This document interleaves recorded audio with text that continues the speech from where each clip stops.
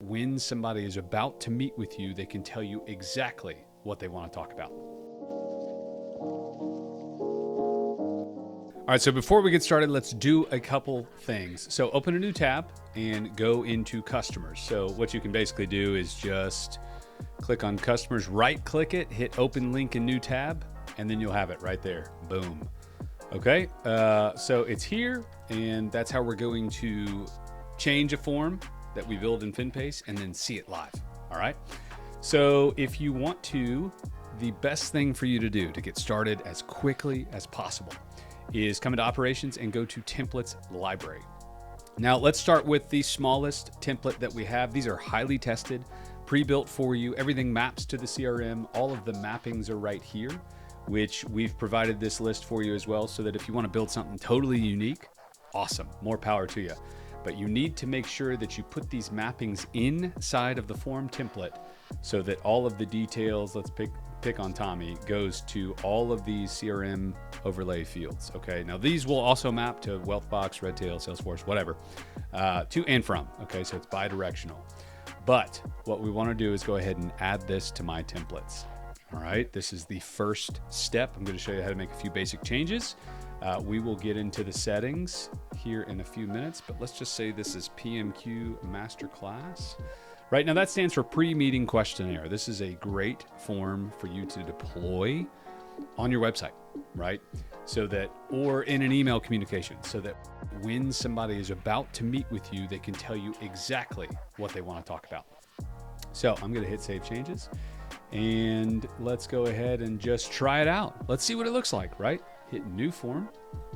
I'm going to do PMQ Masterclass. Now, this is the admin advisor view, right? But your customer will see something very similar. Now, I don't see my firm logo right here. I don't like the spacing, so I'm going to add my firm logo. Excuse me, that's in settings right here. Add your firm logo. Hit save changes, and then you can refresh the form, and boom, it's done.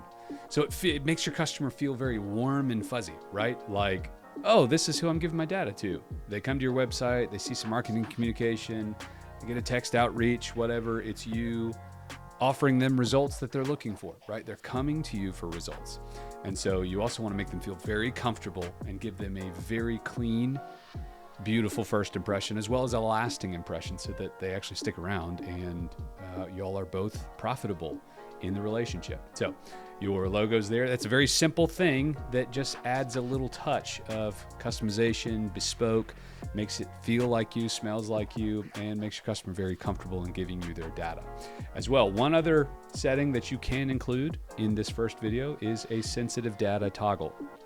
Now, these forms are not like the doctor, where you fill out your first name, your last name, all of your details 5 different times on 5 different pages. Every daggum time you go and see the doctor. It's very frustrating, right?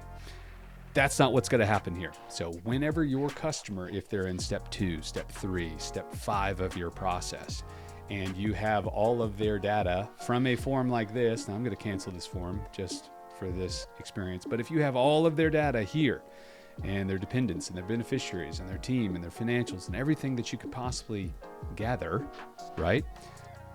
The form is going to show pre-populated whenever they go to an onboarding form or go to a know your customer annual review form, and you're just confirming that all their details are correct, right? You don't want them to have to fill out a form over and over and over again.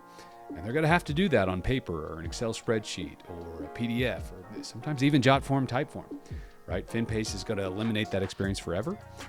But what you want to do is, if you are showing a date of birth, a social security number, a driver's license number, anything that might be PII, right? Go ahead and authenticate the form so that they have to prove that it's actually them trying to, 1, see the data, and 2, amend the data. So we'll get into more of these settings, as well as the look and feel of your forms, making them public on your website in the next video. So we'll see you there.